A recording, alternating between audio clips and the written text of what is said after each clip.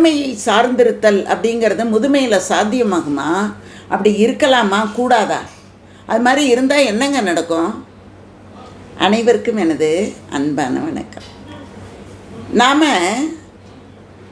இப்போது தீபாவளி முடிஞ்சிருக்கு. மைசூர் பாக் நிறைய பேர் பண்ணியிருப்பாங்க. நீங்கள் யூடியூப்பில் அந்த ரெசிபியை போய் பார்த்தீங்கன்னா, அந்த சமையல் செய்யும் முறையில் மைசூர் பாக் எப்படி பண்ணுறது அப்படிங்கிறத பார்த்திங்கன்னா நிறைய முறைகள் சொல்லிக்கிட்டே வராங்க. ஆனால் எங்கள் பாட்டி காலத்தில் ஒரு விதமாக மைசூர் பாக் பண்ணாங்க. அந்த மாதிரி நம்ம இன்றைக்கி பண்ணும்போது அந்த மைசூர் பாக் கொஞ்சம் முறுமுறுன்னு இருக்கும். இப்போ வர்றது எப்படி இருக்குன்னா, ரொம்ப சாஃப்டாக, ரொம்ப மென்மையாக, ரொம்ப மிருதுவாக இருக்கிறத இப்போ நம்ம பார்க்குறோம்.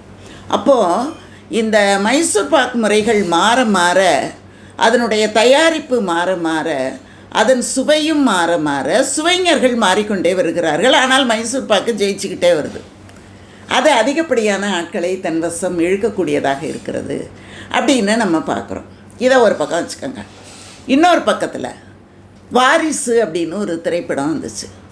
அந்த திரைப்படத்தில் 3 பேரும் அண்ணன் தம்பிங்க இருப்பாங்க. ஒரு அப்பா இருப்பார். அப்பாவுக்கும் இந்த 2 தம்பிங்களுக்கும் 2 அண்ணன்களுக்கும் பிரச்சனை வந்துடும். அண்ணன்கள்லாம் அப்பாவை விட்டுட்டு தனியாக போயிடுவாங்க. அந்த சமயத்தில் அவர்களினுடைய வியாபாரம் தொடர்பாக ஒரு காரியம் செய்ய வேண்டியதாக இருக்கும்.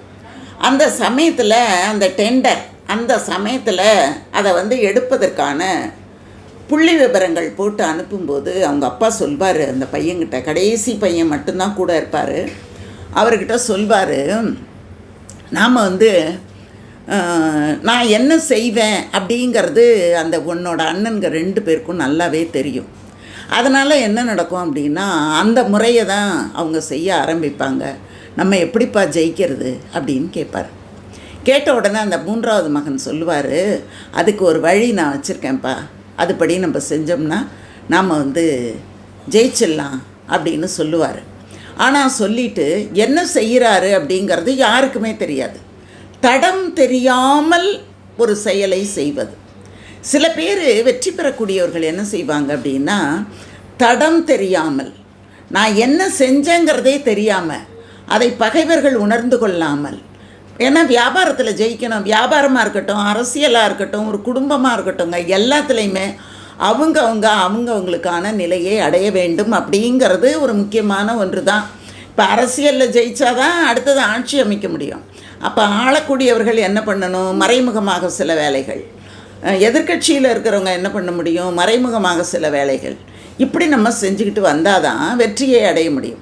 இதுக்கு ஒரு கதை என்ன சொல்வார்கள் அப்படின்னா, ஒருத்தன் என்ன பண்ணுறான், ஒரு விவசாய நிலம் இருக்குது. அந்த விவசாய நிலத்தில் ஏர் உழுவதற்காக ஒருத்தன் போவான். போய் அங்கே நிற்கும்போது என்ன நடக்கும் அப்படின்னா, வேகமாக ஒரு முயல் ஓடி வரும். எது விரட்டுதோ தெரியாது. ஓடி அங்கே ஒரு அடிமரம் பாதி வெட்டினத்தோடு நிற்கும். அந்த அடிமரத்து மேலே மோதி அந்த முயல் கீழே விழுந்துடும். கீழே விழுந்த உடனே இவன் என்ன பண்ணுவான், அதை பார்ப்பான். பார்த்த உடனே அவனுக்கு அன்றைய உணவுக்கானது கிடச்சி போச்சு அப்படின்னு ஒரு மிக மகிழ்ச்சியாக வேலையை அப்படியே போட்டுட்டு வீட்டுக்கு வந்துடுவான். அடுத்த நாள் போயிட்டு அதே மாதிரி முயல் விழுதான்னு சாயந்தரம் வரைக்கும் உட்காந்துக்கிட்டு அவன் பார்த்து கொண்டு இருக்கிறான். ஆனால் முயல் விழவே இல்லை. இந்த மாதிரி நாம் முன்னோர்கள் இப்படி செஞ்சாங்க, அதையே நாம் தொடர்ந்து செய்து கொண்டே வந்தால் நமக்கு வெற்றி கிடைக்கும் அப்படிங்கிற ஒரு நம்பிக்கை நமக்கு இருக்குது. முன்னோர்கள் செய்த பாதையிலேயே நம்ம சென்றால் நமக்கு வெற்றி கிடைக்கும் அப்படிங்கிறத முன்னோர்கள் சொல்லி, நம்முடைய பெரியவர்கள் சொல்லும்போது நம்ம கேட்கலாம். அந்த பாரு, எங்கள் அப்பா என்ன சொன்னார் தெரியுமா, எங்கள் தாத்தா என்ன சொன்னார் தெரியுமா, அதே மாதிரி நீ செய்ய அப்படின்னு பிள்ளைங்கக்கிட்ட சொல்லும்போது பிள்ளைகளால் வெற்றி பெற முடியாது. அதனால தான் வயதானவர்கள் முதல்ல என்ன பண்ணணும் அப்படின்னா, அந்த பழமைகளையே சார்ந்திருக்கிறதுலேருந்து மாறி புதுமையை நோக்கி நாம் போக தயாராக இருக்க வேண்டும். அந்த பழமை, என்னோட தாத்தா என்ன பண்ணார், என்னுடைய முன்னோர்கள் என்ன பண்ணாங்க, அதே பாதையில் இருந்து இம்மி அளவும் நான் நகர மாட்டேன், புதுமையை நான் ஏற்றுக்கொள்ள மாட்டேன் அப்படின்னு சொன்னோன்னா நம்மளை என்ன பண்ணுவாங்க, அப்படியே ஓரங்கட்டிடுவாங்க. அப்போ என்ன பண்ணுவாங்க அப்படின்னா, நம்ம இந்த பழங்கால நினைவு சின்னங்களை போய் பார்க்க போவோம்ல மியூசியத்தில், இது இப்படி தான் இருந்தது, இது இப்படி தான் இருந்தது அப்படின்னு சொல்கிற மாதிரி நம்மளை என்ன பண்ணுவாங்க, இவர் இப்படி தான், இவங்க இப்படி தான் சொல்லுவாங்க, இவங்களுக்கு இதுதான் அப்படின்னு நமக்கு ஒரு பழங்கால சின்னம் என்பது போல ஒரு முத்திரையை நமக்கு குத்தி விடுவார்கள். அதனால் நம்ம என்ன பண்ணணும்னா, வெற்றி பெற வேண்டும் அப்படின்னு நினைக்கக்கூடியவர்கள் தங்களுடைய முறைகளை மாற்றிக்கொண்டே இருக்கணும்.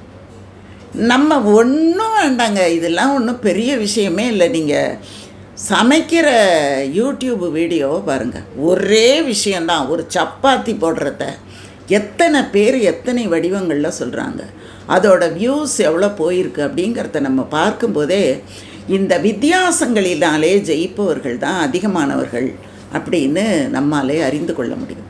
அதனால் நம்ம என்ன பண்ணணும் அப்படின்னு கேட்டால், இந்த இது மாதிரி பாதரசம் இருக்குல்ல, மெர்க்குரின்னு ஒரு கடவுள் ஒன்று இருக்குமா. அந்த கடவுள் போருக்கான கடவுளாம். அந்த கடவுள் வியாபாரம், போர், இதுக்கான கடவுளாம்.